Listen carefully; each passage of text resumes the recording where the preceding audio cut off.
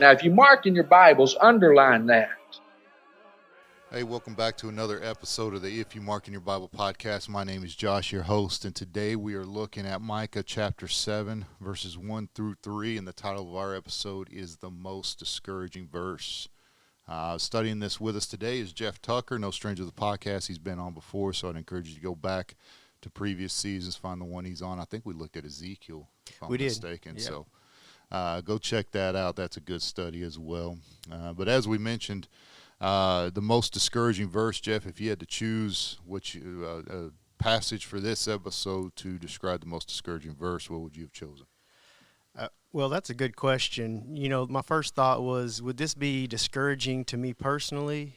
Would it be a verse that's kind of discouraging maybe in general? And then the other was, maybe if you were to hear that, as in a verse, you know, where maybe the Lord is saying something that, because it's not being said to me, maybe it's not as discouraging to me now, but imagine how discouraging it would be to hear it then, right, or to be in that situation.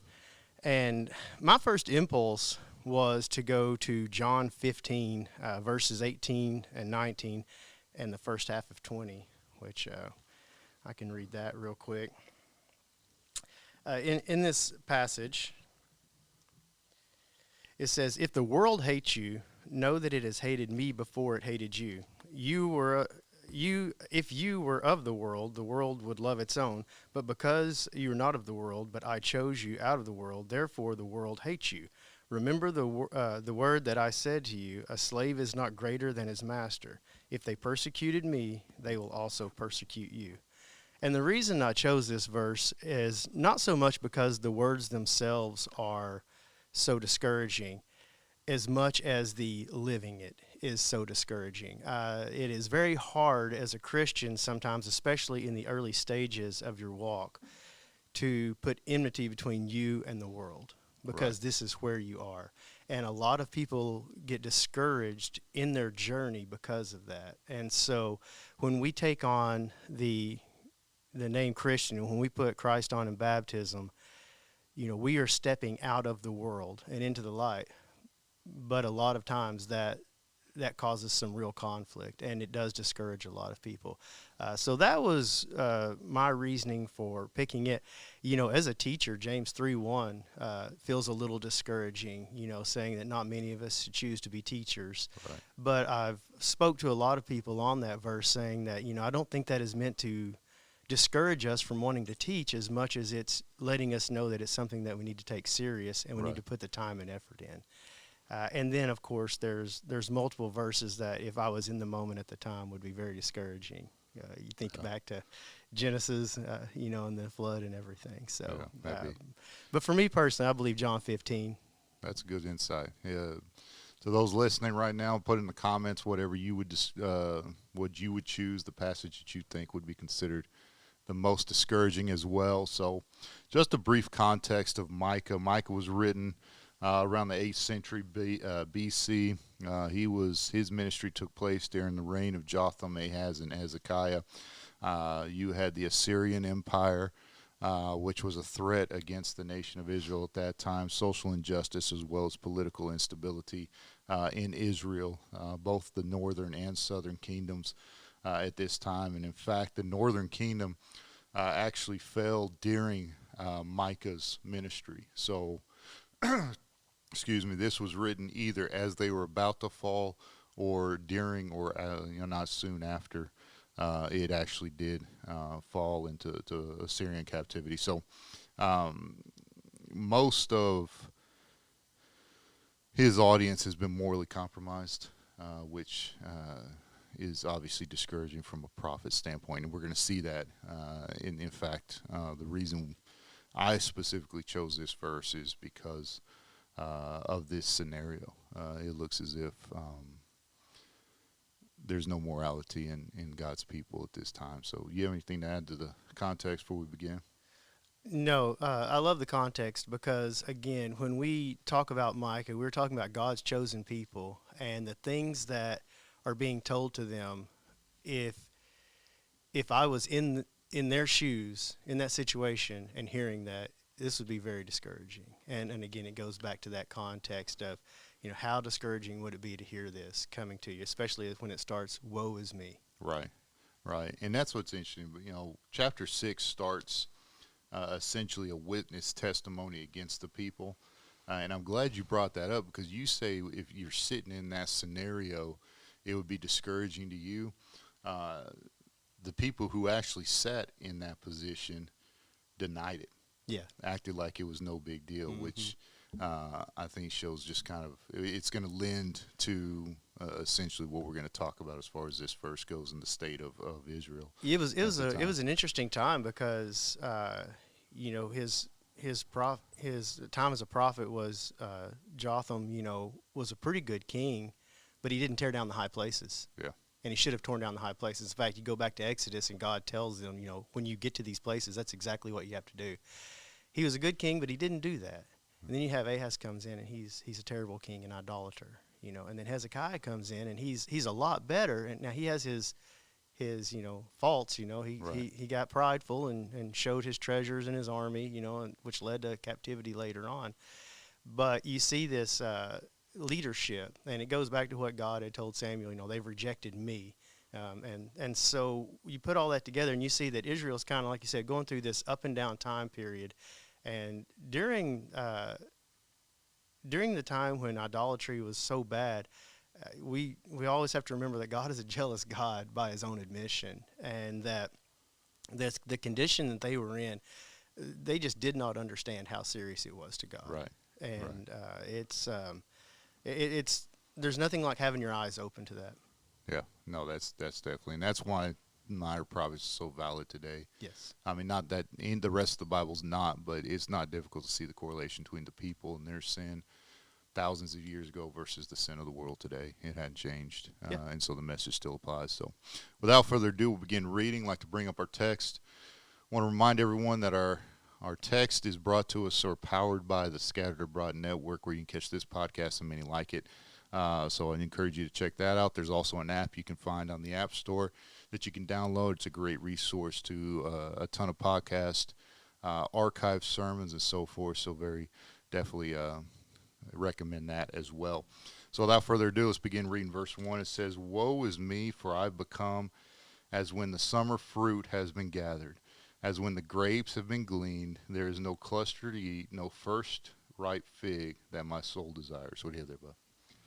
Well, first of all, I had highlighted the woe is me because, like I said, that when you start with woe is me, you already know the direction this is going. You're not getting good news.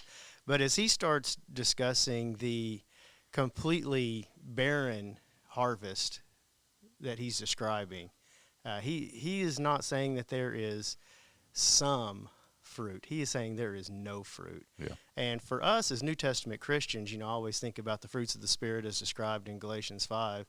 And you know what the fruits of the Spirit are, but you also know what the fruits of the wicked are. And he is telling them that they have none of these fruits. There is nothing to gather. So they are completely barren of anything redeemable at this point. Great point. I actually underlined "woe was me." It's a prophetic lament. If you want cross references, you could put Isaiah chapter 6 and verse 5. Elijah also makes that same type of appeal in 1 Kings chapter 19. So we put that. But this is an idiom that "woe is me" is depressing in the English. But even as depressing as that is, it still doesn't capture the true essence of the Hebrew idiom. When this is said, from the Hebrew perspective, there is a communication that all hope is lost. There's hopelessness. There's no chance of positivity, and so that's why you see a lot of these prophets use this state.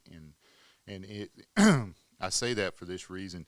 Just keep that idea, that hopeless thread, as we go through these next few passages. That's where it's coming from. Is similar. I would say this is maybe even worse as far as from Micah's perspective than it was when Elijah said he was the only one who's faithful to God, and then God tells him there's 7,000 who haven't bowed or kissed the ring of Baal, and all that. I think Micah here is even more distraught than Elijah was in that instance, and so that's the idea behind this idiom. I've also underlined that summer fruit has been gathered. Summer fruit's the final fruit, and again, it goes in line with that hopelessness of this passage from the standpoint of everything's been gathered. So when you harvest a crop, you harvest what you can sell, you harvest what you need. You keep the rest of it on the vine so it can continue to grow, and then when you run out of what you have, then you have something to go back to as well. So this thought of the summer fruit has been gone. It's the last of the last has been picked as well. In other words, because everything else is gone, there's nowhere that we can go to. You think about it from a farmer's standpoint, and particularly at that time, as your cover starts to get bare, it doesn't worry you as much because it just means you have to go out to the go out to the field and pull a fresh batch of food. But Micah's describing an instance where there's nothing. So once it's gone, which it has been, there's nothing to go pull from. What else you have? Well, not much more than that. Like I'd said, it's just this idea that like you had said, the cupboard is bare, and the hopelessness of all of that should have struck a chord with these people. And really, it's not like that's even enough of a statement, because as we're going to see in 2 and 3, he doubles down on what all of this means, and it even gets what looks more hopeless. But I just think it's a big deal to say nothing. Yeah. I mean, he's saying there is nothing. There is not a single. It is completely gone. That's that's a strong statement to me. Just in we feel like when times are bad, at least there's some hope. There's some good still. When I look around now, as I see things that are horrible, I can also look pretty close and find some things that are pretty wonderful. I can see the Lord's work being done. I can see good things happening. So, even when we've seen it be terrible and bad, there's still good things going on. And he's saying, look, there is nothing. And I'm sure we'll get into it as we discuss verses 2 and 3, but this is starting to sound very familiar to another time when there was nothing. There was no good on the world. And so the difference between in Genesis during the flood period and now, though, is Genesis was the world at large, whereas this is God's chosen people. This is who God has chosen to carry out his plan, and they have gotten themselves into a state that there is absolutely nothing redeemable with them. And that's a great point you make, and that's I think that's significant, like you mentioned, and like I said, we'll talk about the flood in just a moment. But from this standpoint, the promise God made to Abraham in Genesis chapter 12, and then essentially to Isaac and Jacob, and then even David in 2 Samuel chapter 7, that promise has already been made. Yeah. When the flood took place, that promise hadn't been made yet. Yep. And so excellent point there. Just to kind of build on what you talked about as far as the nothingness of this passage, the word gleaned, I underlined that. And I just put the antithesis to Leviticus 19, 9 and 10, and Deuteronomy 24, verses 19 through 21. And that's essentially when they were commanded, when they harvested the field, to leave the outer portions of the field alone so that the poor could come and pick, whether it was grapes or grain or whatever it was. But that's essentially how you fed the poor. The farmers would leave that outer portion of the field alone. And Ruth is a great example of that when she went out to harvest. Yes. That's what we're talking about here. And I just put not even enough to cover the poor. Yeah. And that's the barrenness of righteousness. It's a metaphor, but that's how much righteousness is here. There's not even that little portion that the poor survives on. Everybody is morally corrupt. And we're going to see that from the top to the bottom. Something else that, he's talking about the clusters of the grapes and the first ripe fig, which I crave. They have fruits. So maybe the cupboard's not bare. It's just not anything anybody wants. Right. This isn't the pleasing fruit that you're looking for. There is this awful, bitter fruit of this complete worldliness and idolatrous nation that that's a good should point. be focused on God. So grapes and figs also are judgment themes throughout the Bible. So you can put Isaiah chapter 5 verses 1 through 7, Hosea chapter 9 and verse 10 as well. And just put this theme next to verse 1. We went from joy to judgment. That's what Mm-hmm. that. So this is not a. This is a current state of the physical, or I'm sorry, the moral nature of Israel. Mm-hmm. But I also think there's a little prophetic nature to it as well of the judgment that you're heading towards too. So let's move on to verse 2. It says, "The godly has perished from earth, and there is no upright among mankind. They all lie in wait for blood, and each hunts the other with a net." What do you have there? Well, first, I just highlighted the godly person has perished from the land. And again, these are pretty strong words for, the godly person is gone. And not just gone, but they are gone. They are dead and gone. All the good stuff has perished. Like we said, the sweet fruit that we crave, all these things that God is looking for, these are gone. And not just gone, they're dead. It is not like there is. I think of the vine, almost of how, there's not even a vine left to produce that anymore because of all the godly people perishing. So, again, he is speaking very low of the current state. But then just the totality. He keeps using these, kind of absolute terms. I've circled how he says there is no upright person. All of them lie in wait and bloodshed, and each of them. So no, all, and each are all circled in my Bible, where I've just kind of looked at, man, these are no and all are very absolute. But not only that, but he's saying each of them. So, everyone that is there hunts the other with a net. So those three words really stood out to me. Good point. Underline that word godly. Next to verse 2, let me say it like this. Next to verse 2, I just put this note, the absence of covenant loyalty. And that's twofold in this instance. Mm-hmm. You can underline that. That word godly is the Hebrew word hasid. It's, if you just want to define it, it's a covenant-keeping person. Mm-hmm. So godly is a great word to describe it. But this is a person who keeps the covenant. And one commentator made this point, which I really liked, and so I wrote it underneath this passage. The loss of hasid, so the loss of a godly covenant-keeping person, leads to the disintegration of the Hebrew word chesed. Chesed is one of those Hebrew words. It's like the Greek word agape, where it kind of, people know it, even though it's not part of the English language. Mm-hmm. Chesed is a difficult word to define. The best way I've heard, and we've mentioned this on this podcast before, the best way I've heard it defined is the benefits that come with being in a covenant with God. Yeah. That's what the word chesed means. And so the point that this phrase, the godly has perished, or really this verse, is because there is a lack of godly covenant-keeping people, then the benefits of being in a covenantal relationship with God is starting to disintegrate. Mm-hmm. And it goes in line with that judgment that's about to come. Yes. You go to Deuteronomy, and you have the blessings and the curses, and God basically makes that point. As long as you are faithful, you will be blessed. You rebel, you'll be cursed. Mm-hmm. Well, we're in that point now where, Romans 11 verse 2, behold the goodness and severity of God, Mm-hmm. because there is no covenant-keeping person. Now the severity of God is going to be seen, and we know that. We look back at history. I would argue personally, for me, that this is probably written a shade before the Assyrian captivity, Mm-hmm. just because of the reaction of the people and so forth. So, what else you have?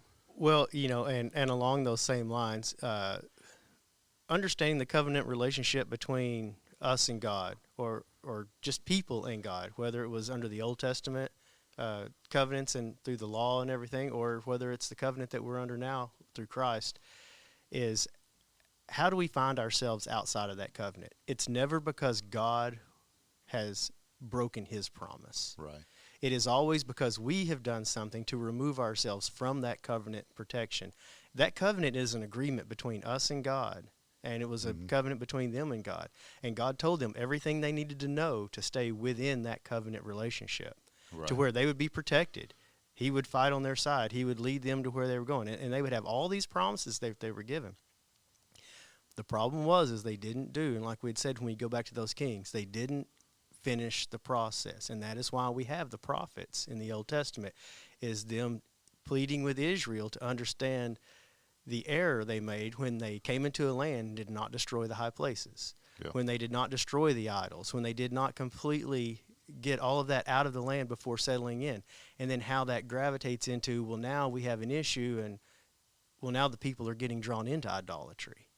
And then on top of the idolatry, you're starting to see the crumble of everything around them, to where they're losing sight of God because they're no longer seeing his promises. Well, why aren't you seeing his promises? Because you've broken your covenant with him. Right. You're no longer in that covenant with him because you chose to remove yourself by doing what he explicitly told you not to do. And so they're in this horrible situation for the simple fact of taking themselves out of that protected covenant relationship, not realizing how good they would have it. And being outside of that covenant relationship, they get this idea like they either don't understand what God is willing and able to do for them, or they feel like he has left and abandoned them, and they're turning somewhere else for help. But this is a common theme. We discussed Ezekiel, and on our last show together, and that was one of the things that it's this problem with idolatry, and eventually God is going to take care of that problem. Right. And that's what a lot of this is prophesying towards. Like this, God is going to make sure that idolatry is no longer a problem. Yeah, and I'm glad you brought up God taking care of it, because I've underlined they lie in wait, and that's that the language there is expressed in the idea that this isn't just the people taking advantage of opportunities to sin as they present themselves, but there's more of that going out to seek the opportunity to sin. It's one thing to see a pile of cash in front of you and no one watching and taking it, versus actually going in and actually trying to steal the money, making a plan to steal the money. That's the state we're in now. Yeah. And I put Genesis 6 and verse 5 when it talks about right before the flood that evil was on the heart of man continually, and that's the thought here. It's not a good person who is tempted and in that moment of weakness takes advantage of that temptation, succumbs to that temptation, takes advantage of or participates in this sin. This is a person who is actively going out to looking to sin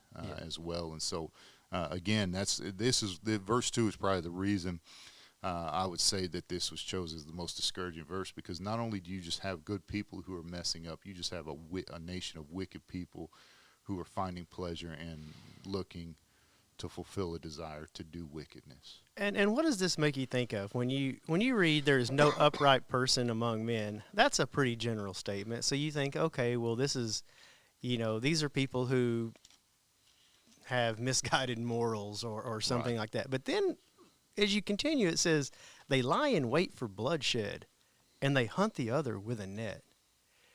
These are selfish, self-seeking, throat-slitting people. They are doing whatever they can. They have no concern for others. They are only concerned with how they can get ahead and what they can do to, like I said, take someone else out so that they can capitalize off of it. Right. This is the most selfish, self-seeking mentality you could be in. Well, meanwhile, God has given them a nation to be strong, united under him. Right. And they've completely abandoned that. And now, what is the easiest way to take over a group of people? To divide them amongst themselves. Yeah. And these people are in that situation. Sounds to me like they are ready to be completely slaughtered and taken into captivity because they're not united in any way. Well, underline upright and put Micah 2, 6, and 7.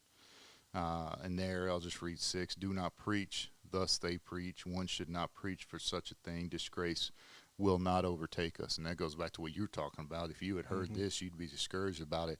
Micah is giving this message to them, and what they tell them, nothing's going to happen to us. Yeah. And so that's an indication. Verse 3, go ahead. Oh, I was going to say, and they are beyond ambitious. They have taken it to another level of ambition. A great point. Selfishly ambitious. In fact, verse 3, it says their hands are one on, let me start over.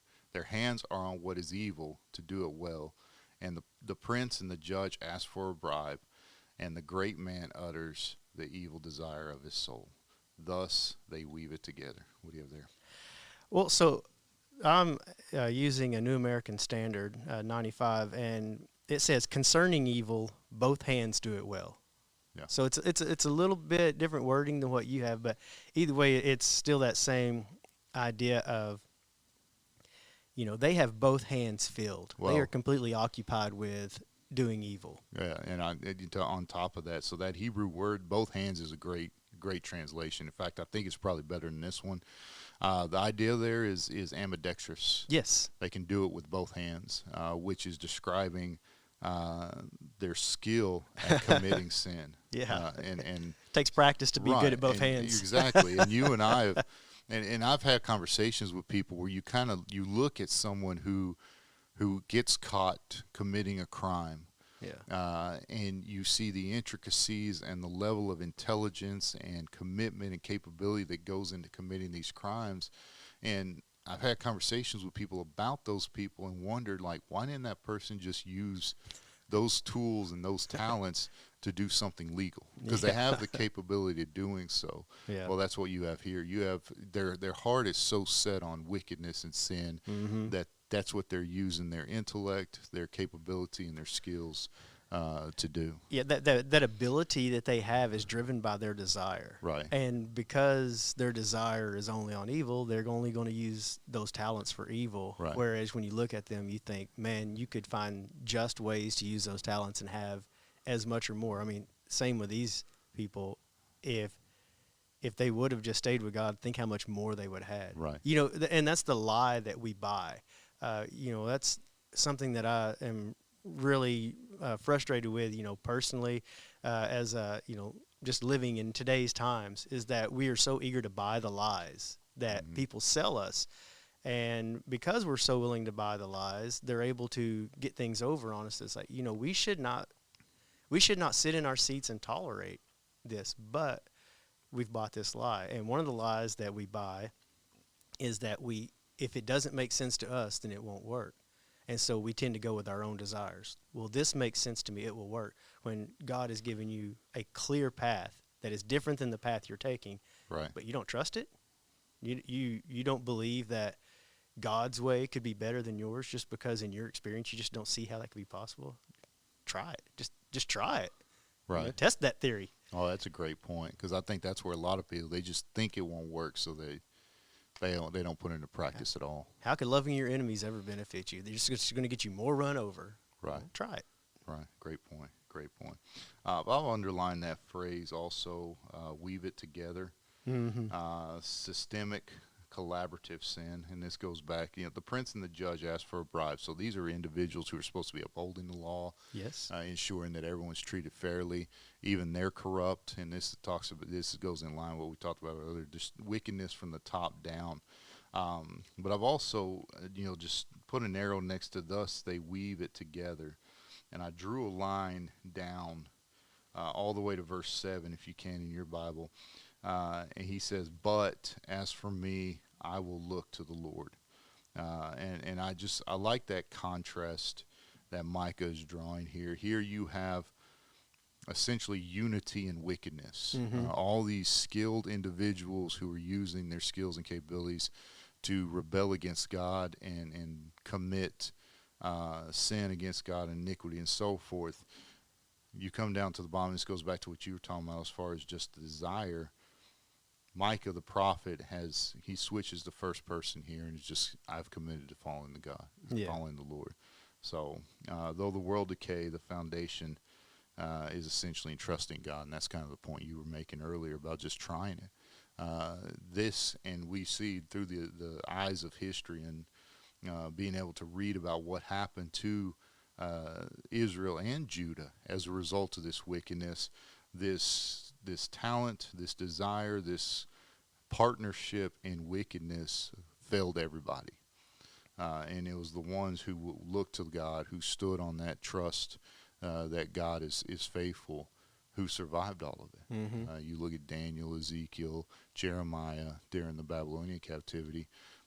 Daniel's a perfect example. And Shadrach, Meshach, and Abednego as well. But the book of Daniel, just in the face of adversity, when empires are rising and falling, what's the one constant throughout the book of Daniel? It's the prophet Daniel. Why? Because he remained faithful to God the entire time. Yes. Yes. I have underlined in my Bible prince, judge, and great man. And then under that, weave it together. Just to kind of make it jump out to me that the prince, the judge, and the great man are weaving this together. Now, your prince, you think of as, this is your leader, this is your chosen leaders, for Right. us, for them it was the bloodline. Then also you have the judge. This is the person who is supposed to be upholding justice. This is the person who makes the determinations on what's good and what's right. And then you have the great man. And you think these are the people who have power and control, not because they're a king or because they're a judge, but just they have the wealth. They have the resources. And they're weaving it together for evil. And in my Bible, I just wrote that it feels pretty current. This is something that just because it was written so long ago in the Old Testament at a time, this idea is always going to feel current to us because this is what the world will always give you. Absolutely. It doesn't matter how great you plan something, how beautiful you believe democracy and voting and all of that is. Bad people can ruin anything. And if you aren't looking at God as your leader, it goes back to, again, like he's told Samuel, when you reject God as your leader, he tells you what you're going to get. Right. And you just cannot put your faith in men, especially when those men have power and influence. And power and influence of a prince, of a judge, and of a great man are great. And when they operate together for evil, it affects everybody. But something we have to remember that, and I would like to give a shout out to my friend Luke Guthrie, who preaches at Russellville, Arkansas. He, in a sermon one time, said that if we want better leaders, then we need better followers. So as in your church, if you want better elders, be better servants to your elders and help them be better leaders. If you want better leaders, in your country, we have to be better followers so that we can be the kind of people who keep bad leaders out and good leaders in. We forget that it's up to us. We forget that it's on us. A church will struggle because they say, well, we got this preacher and maybe he came in and he offended some people. And so you blame the preacher. Or we had this elder who made a decision and it offended some people and it caused a problem. So, well, okay, but the people are the church. And these elders are shepherding. How much of it is the responsibility of the people? Or are you just pushing it off on, we just need a scapegoat, someone to blame it on?